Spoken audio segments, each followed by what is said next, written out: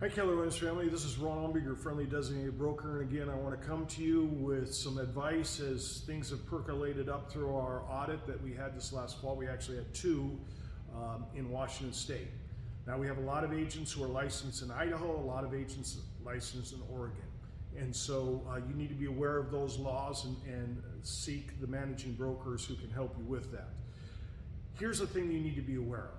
Is that regularly our offices are audited, and they come in at any time unannounced, and they ask to see a list of our transactions for this past year, and they begin to pull a random selection of contracts from our files, and they are looking through them, and they look through them with a fine-tooth comb.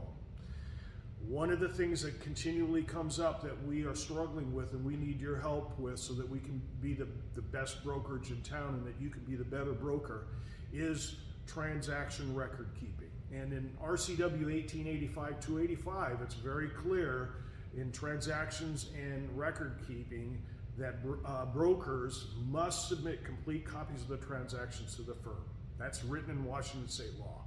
Complete transaction. That's everything from the listing agreement to the house under contract to closing documents, and it's spelled out there. We also, our office has policies and guidelines regarding what those documents are for and making sure they're in compliance so you can be paid in a timely manner in your commissions. It puts upon the designated broker the responsibility of making sure that all those files are complete, and so you're not the one talking to the Department of Licensing Auditor, I am, okay? And so it really helps out if everything is in place, and if you've got in your file complete information, the names of the clients, the addresses of the property, everything completely filled out. It just makes it so much easier, so much smoother to be able to search for those, all right? It specifically says here that the record shall include, and they're not limited to, a copy of the purchase and sale agreement, earnest money receipt, itemization of any receipts, disbursements with each transaction. That's why we want to see the final settlement statement in your file. We need to see the disbursements fund. Anything that has to do with money, the Department of Licensing raises that to a whole new level. So if it's earnest money or if it's settlement statements, we need to have a record of those in there, all right?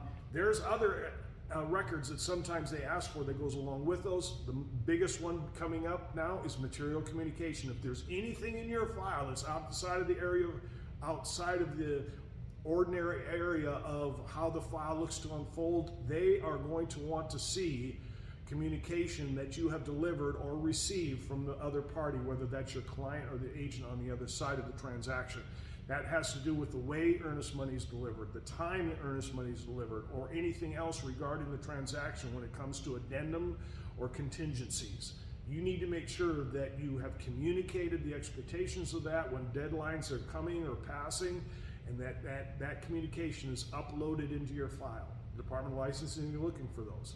So just wanting to help you out so that you can be the better broker and to make Keller Williams the best brokerage in town possible. Appreciate your help with that. Thank you so much.